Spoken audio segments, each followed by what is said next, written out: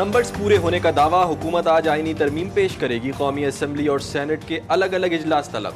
तमाम सरकारी मुलाजमीन की रिटायरमेंट की बालाई उम्र बढ़ाने का फैसला। चीफ जस्टिस काजी फाइज ईसा को इस तरमीम के बाद 3 साल के लिए चीफ जस्टिस ऑफ पाकिस्तान मुकर्रर किया जाएगा। जस्टिस काजी फाइज ईसा के इस्तीफे की सूरत में सीनियरिटी के तहत अगले जज को भी 3 साल के लिए तैनात किया जाएगा। उम्र की हद में इजाफे से आला अदलिया के जजेस की बालाई हद 68 साल तक पहुंच जाएगी। आला अदलिया के जजेस में चीफ जस्टिस की तैनाती टेन्योर की बुनियाद पर होगी।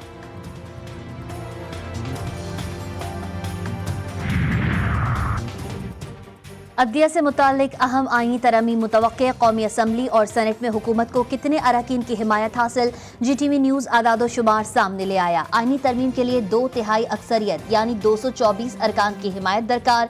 हुकूमत के पास इस वक्त 212 वोट हैं। JUI के 8 अरकान की हिमायत मिलने का इम्कान, जिसके बाद हुकूमत के पास 221 वोट होंगे। इसके बावजूद 2/3 अक्सरियत के लिए हुकूमत को मजीद 3 अरकान की जरूरत होगी। सेनेट से 2/3 अक्सरियत के साथ आईनी तरमीम की मंजूरी के लिए 64 अरकान की हिमायत दरकार। हुकूमती इत्तेहाद के पास सेनेट में इस वक्त 55 अरकान हैं। सेनेट में JUI के अरकान की तादाद 5 है।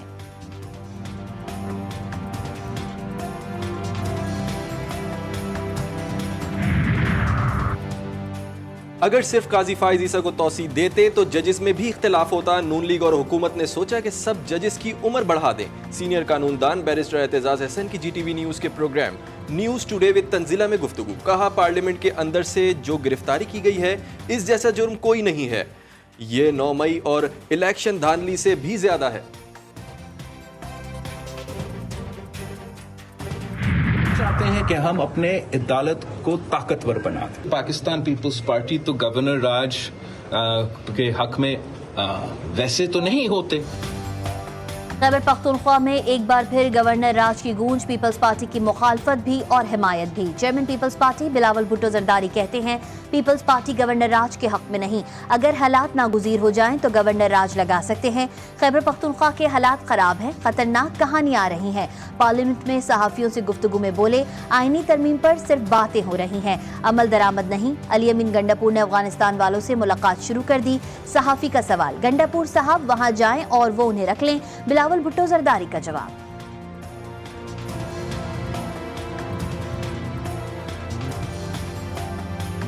ये शुरू करें। गंडापुर साहब को वो जाए भी सही और उधर ही रख लें।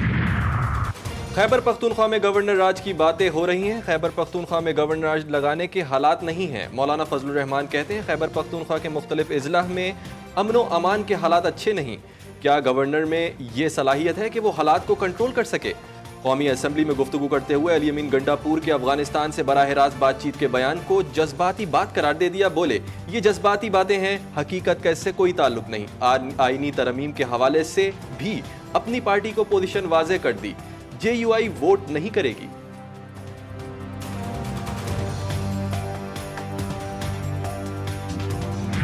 मैंने उधर भी एहतजाज किया और मैं जो है उस कमेटी का हिस्सा नहीं रहना चाहता। ये अपना नैरेटिव बिल्ड करने के लिए कमेटी नहीं बनाई गई हुई, ये इस हाउस का नैरेटिव बिल्ड करने के लिए कमेटी बनाई गई है।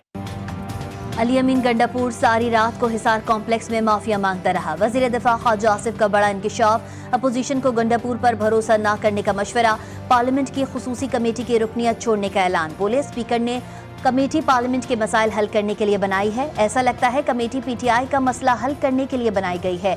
जिन बातों की मजम्मत हो चुकी, कमेटी में वही बातें दोहराई गईं। कमेटी के होने वाले इजलास में भी ये गिरफ्तारी का रोना रोते रहे।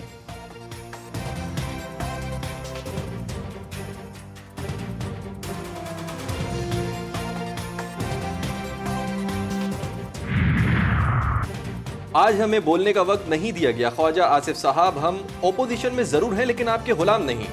जब कुछ बोलते हो तो हौसला रखो, सुनकर भी जाओ। बैरिस्टर गौहर का रद्द-ए-अमल। लतीफ खोसा बोले, पार्लियामेंट पर शब खून मारा गया।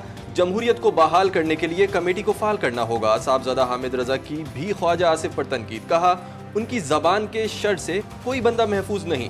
ख्वाजा आसिफ को पार्लियामेंट में फितना फैलाने का एजेंडा दिया गया है।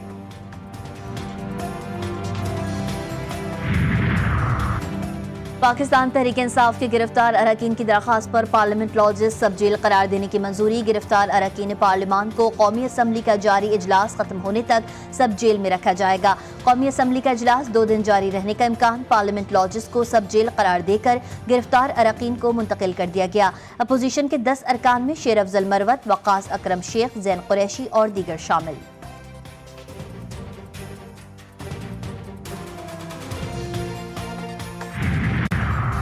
कौम की कुर्बानियों से हासिल किया गया अमन हर सूरत बरकरार रखा जाएगा। इलाके में अमन को बरकरार रखने में मुकामी आबादी का मुस्बत किरदार जरूरी है। Army chief general Syed Asim Munir की औरंगज़ई के दौरे के दौरान गुफ्तगू। ISPR के मुताबिक सिपा सलार ने यादगार शोहदा पर फूलों की चादर चढ़ाई। आर्मी चीफ ने वादी तीरा और गिरदो नवा में इंसदाद दहशतगर्दी की कार्रवाइयों में हिस्सा लेने वाले जवानों से मुलाकात की। जवानों के बुलंद हौसले और हर किस्म के खतरे के खिलाफ मौसर जवाब देने की तैयारी को सराहा। आर्मी चीफ को सिक्योरिटी की मजमूई सूरत हाल और इंसदाद दहशतगर्दी की कार्रवाइयों पर ब्रीफिंग दी गई।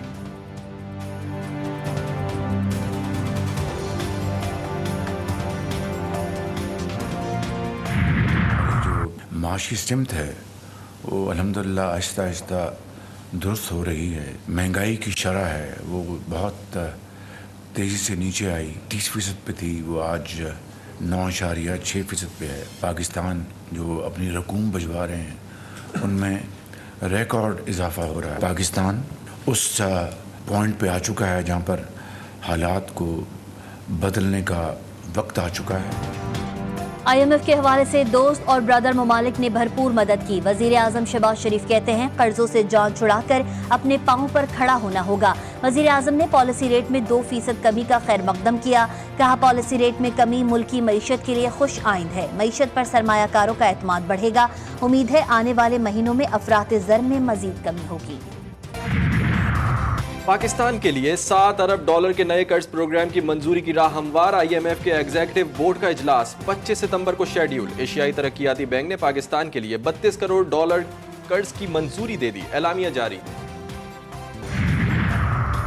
जुडिशल कमीशन इजलास में रूल्स के ड्राफ्ट को हतमी शक्ल दे दी गई। जराये के मुताबिक 28 सितंबर के इजलास में ड्राफ्ट रूल्स की मंजूरी दी जाएगी। नए ड्राफ्ट के तहत सुप्रीम कोर्ट के जज तैनाती के लिए 3 नामों पर गौर होगा। तहरीक इंसाफ ने एक बार फिर इदारों के खिलाफ प्रोपेगेंडा शुरू कर दिया। वफाकी वजीर इत्तलात अता ताड़ा की प्रेस कॉन्फ्रेंस बोले ये दावा कर रहे हैं कि इनके अरकान को नकाब पोशों ने गिरफ्तार किया। अरकान की गिरफ्तारी की वीडियो वाज़े हैं जिनमें पुलिस एहलकार वर्दी में नजर आ रहे हैं। बानी PTI के एक्स अकाउंट से धमकी आमेज पोस्ट। तहकीकात के लिए FIA ने 4 रुकनी टीम तश्कील दे दी। Cyber crime wing team Adiala jail में बानी चेयरमैन से तहकीकात करके रवाना हो गई।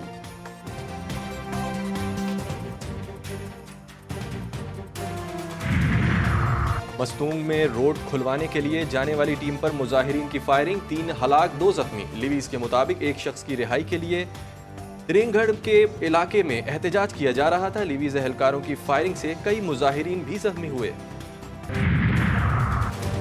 दादू में तेज रफ्तार पुलिस मोबाइल बेकाबू होकर उलट गई। थाना खुदाबाद की हुदूद में पेश आने वाले हादसे में 2 एहलकार जाँ बहक और 3 शदीद जख्मी हुए।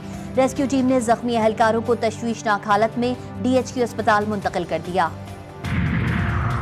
खैबर पख्तूनख्वा के जिला बनू में एक और पुलिस एहलकार कत्ल। बारान डैम से मिलने वाली लाश की शनाख्त वहीमुल्ला के नाम से हुई।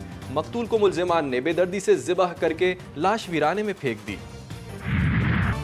गजा में सेहोनी बमबारी से 24 घंटों में मजीद 40 से जायद फलस्तीनी शहीद। सेहोनी फौज के अलमुआसी कैंप और नसीरात में बमबारी 7 फलस्तीनी जान से गए। शोहदा की मजमूई तादाद 41,118 हो गई। इसराइल का स्कूल पर हमले में 3 अनरवा एहलकारों समेत 9 हमास मज़ाहमतकारों को मारने का दावा अक़वाम मुत्तहिदा ने मुस्तरद कर दिया। तुर्की का नेतन्याहू के हिरासती वारंट जारी करने के लिए आलमी अदालत से रुजू करने का ऐलान। चैंपियंस वनडे कप के दूसरे मैच में एक और बड़ी फतह। स्टॉलियंस ने लायंस पाकिस्तान को 133 रन से शिकस्त दे दी। स्टॉलियंस ने पहले खेलकर 336 रन बनाए थे। हदफ के ताक़ुब में लायंस की टीम 203 रन पर ढेर हो गई। और जश्न ईद मिलादुन्नबी सल्लल्लाहु अलैहि वसल्लम की आमद। मार्केटों में लाइटें, झंडे, झंडियाँ खरीदने वालों का रश। ईद मिलादुन्नबी की मुनासबत से बैजेस और दीगर अशिया की फरोख्त में भी इजाफा। गली गली, करिया करिया, महल्ला महल्ला बरक़े कुमकुमों की रोशनियों से आंखें खेरा। मुल्क के मुख्तलिफ शहरों में जुलूस, रैलियों और महफिल मिलाद का इनेकाद भी जारी। दुरूद सलाम से फिजाएं मुअत्तर होने लगीं।